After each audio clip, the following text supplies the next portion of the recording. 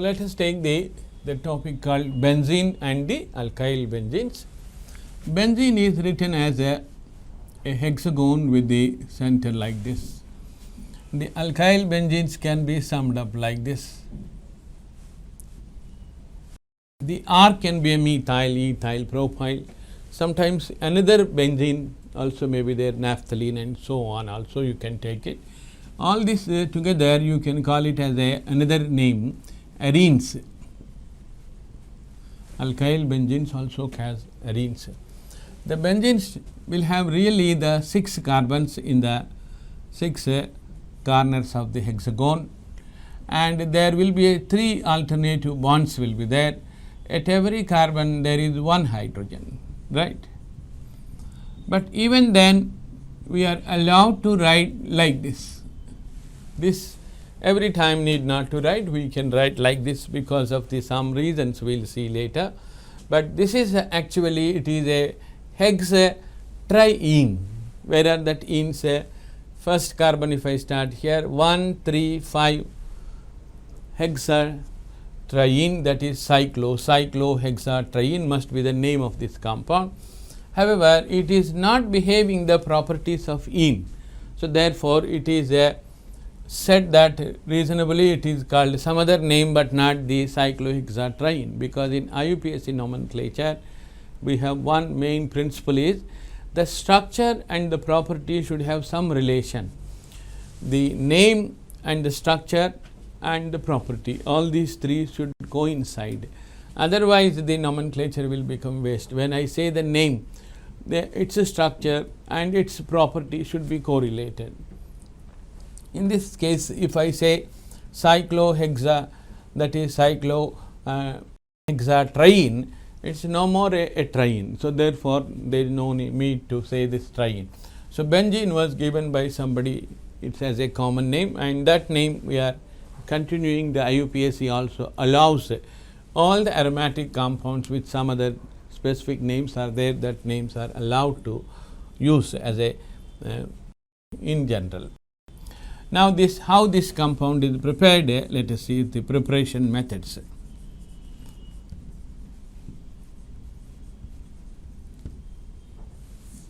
In the first method, whenever the benzene is having some alkyl group outside, that group can be removed. By removing the alkyl group or by oxidation and decarboxylation, we can prepare.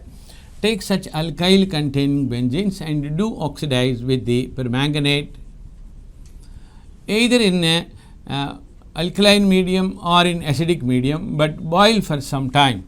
The alkyl group becomes into the COOH. Irrespective of the nature of the alkyl, with 1 or 2 exceptions, you can take a methyl benzene, ethyl benzene, isopropyl and so on, not the tertiary butyl, but all different alkyl groups you can oxidize to COOH, mainly called benzoic acid. This benzoic acid, you add the sodium hydroxide and the calcium oxide, then fuse it. The moment you add this mixture is known as soda lime. When you add soda lime, it will become into sodium salt. Then when you heat it, this is solid, this is also solid. At one stage, when you are heating, at one stage they melt first, probably the benzoic acid melts first, and then other 2 looks like they are also melting together, but they dissolve in fact. The moment as the solution comes, it breaks up into this becomes into the sodium first, and Na2CO3 will be removed and the hydrogen comes here. So, you have a hydrogen containing benzene, that is nothing but the benzene only. So, the alkyl group is replaced first or converted into COOH, then it is decarboxylation. Second step is a minus of CO2 called a soda lime decarboxylation. Using soda lime, and the process is decarboxylation. So, you can, if somebody asks how do you convert benzoic acid into the benzene, this is what you have to do, benzoic acid to benzene, or alkyl benzene make into benzoic acid and then do the decarboxylation, you will get it. Now, similarly, you have another method by removing the nitro group. A nitro group directly cannot be, but you can convert into hydrogen nickel, reduce it to get an amino group. This is called amino benzene, is commonly known as aniline. So, aniline you convert into a N2Cl group. A nitrogen with nitrogen Cl is called benzene diazonium chloride. Diazonium chloride. It is salt actually. This can be prepared by adding the NaNO to HCl at 0 to 5 degrees centigrade. Cool it and then add the solution. The whole process is a one nitrogen compound converted into dinitrogen, 2 nitrogen C. So, this process has a common name called diazotization. Diazotization, right. So, by doing the diazotization on aniline, you can prepare a benzene diazonium chloride, which is a salt actually. This on a treatment with the H3PO2 plus water. Just heat for some time, you will get the whole group is reduced to get the benzene. Hydrogen containing benzene comes, that is nothing but the ordinary benzene. So, the NO2 is first converted into amino, then converted into N2Cl group, then subsequently H. So, removal of nitro, you can say denitration or deamination or reduction of diazonium chloride, all in one reaction it is. So, either from nitrobenzene or from aniline or diazonium chloride, one can prepare this type of the benzene. Okay, right. These two are the conversions. If there is one more conversion like this. In the third method, the OH group can be reduced. That is, this compound is called phenol. Reduction of phenol. Phenol can be reduced with the zinc powder or zinc dust may be added, and then this liquid, phenol is the liquid, add zinc dust powder and go on boil for some time. The zinc takes away the oxygen, forms into zinc oxide, and the corresponding product benzene comes out as a distilled product. So, the benzene with zinc oxide is formed. So, it is a reduction of phenol or distillation of phenol with zinc dust gives benzene. That is also a good statement, but actually the phenol distillation you should get a pure phenol, as if it looks like a distillation of phenol, but chemical reaction takes place, what comes out is a benzene. It is a wrong statement. Distillation of phenol will give pure phenol in fact, but phenol distillation with zinc dust, a chemical reaction, a reduction taking place, and you will get a benzene. Similarly, one can go for the synthetic reaction, like from acetylene you can prepare. Acetylene is a 2 carbon compound. However, 3 acetylenes will join in a cyclically when they are passed through a red hot iron tubes or copper tubes. Initially was identified with the copper tubes. Take a long copper tube and heat it in between. It becomes red hot. When it becomes red hot, send the acetylene.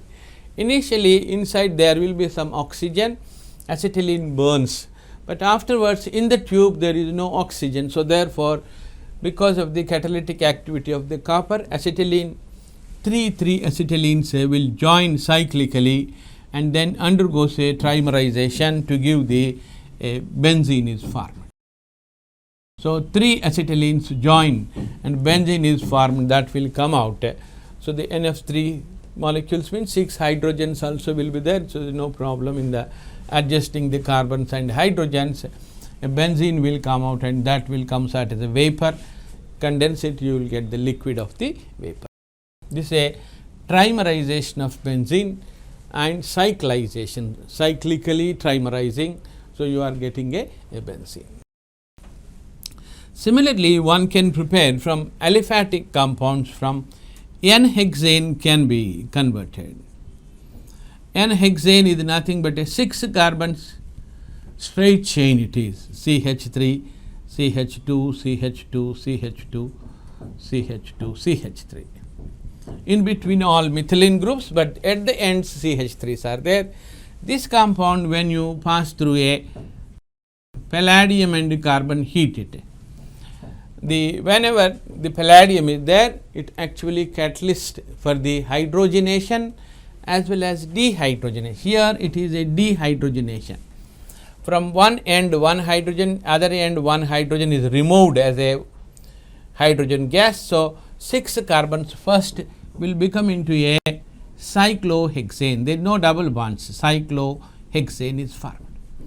So, the cyclohexane, when you treat it with the further with the same palladium carbon, again heat it, then now the hydrogens of side by will be removed like this, a double bond is constructed. Like this, a set from here also will be dropped out, a set again here is dropped out. Like that, 3 hydrogen molecules will be removed, so that the benzene is formed. This is all because of some extraordinary stability of the benzene. It is not the greatness of the palladium or carbon, but a 6-membered ring having the 3 double bonds alternatively on a plane, that gives some extraordinary stability for the benzene. We will see that as an aromatic property for the benzene, that we will see little later, but the credit is here. If you take a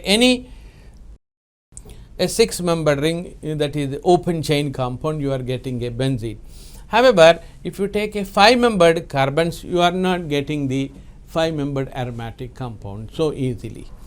So, 7-membered carbon, by chance if you take a 7-membered compound, so 7-membered aromatic compound should come, isn't it? Instead, on this sequence of steps, you are going to get a benzene again, but 1 methyl group extra, that is a methyl benzenes are coming, and you are getting a again benzene, that is 6-membered ring is nothing but again benzene only. Instead of 7-membered ring formation, 6-membered is only formed. That shows clearly that 6-membered rings with the 3 double bonds alternatively has a special the stability, not the 7-membered rings and the 4-membered, 3-membered. Cyclopropane will not give any aromatic compound. So, like that, other compounds are not, only the 6-membered, that is cyclohexatriene having this alternative double bonds is specially having some stability. That is why you are getting this benzene formation. This is also one of the method. Commercially, it is aliphatic hydrocarbons can be converted into the aromatization. The process, first step is called ring formation. You may call it as a cyclization. Later, the cycle is converted to aromatic. So, you can say this as a aromatization. So, both have got some special stability. Cyclohexane is more stable, therefore, it is forming. This is also more stable, therefore, it is forming. So, for any reaction, the product, the stability will be the one of the criterion to how best the reaction is successful. So, in this case, the product having an extraordinary stability. So, therefore, this type of the benzene preparation from the open chain compounds, it is possible also. We have a commercial or industrial preparation of the benzene, that is just briefly I will explain. So, let us have the last method, that is industrial method or a commercial method. Here the main aspect is how best we can prepare benzene at a low cost, that is price comparison is the criteria. In this method, the coal is taken as a source. Coal contains mainly the carbon. However, depending upon the nature of the coal, say sometimes bituminous coal will have some organic compounds already there in the coal.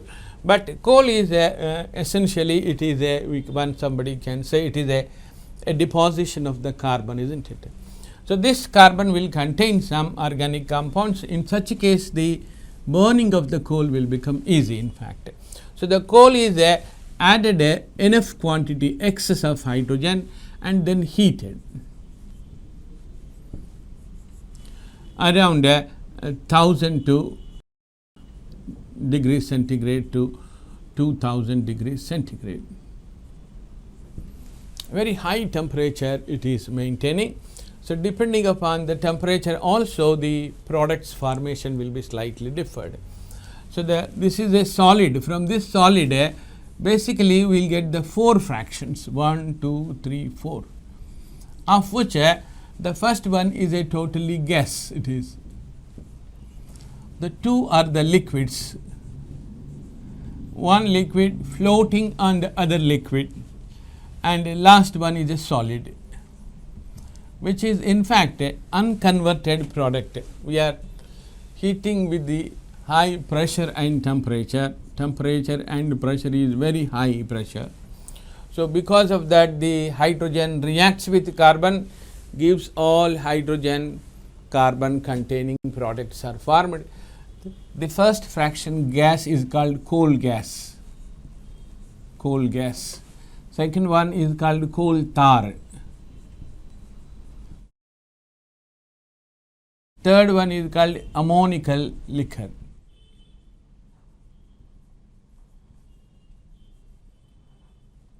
The last one is called coke, which is unconverted into the compounds. Is a pure carbon once again. This can be more useful in the iron industry in the reduction process and so on. Now, this of all this the coal gas will contain carbon 1 to carbon 4, that is methane, ethane, propane, butane. These gases are used as the fuel gases.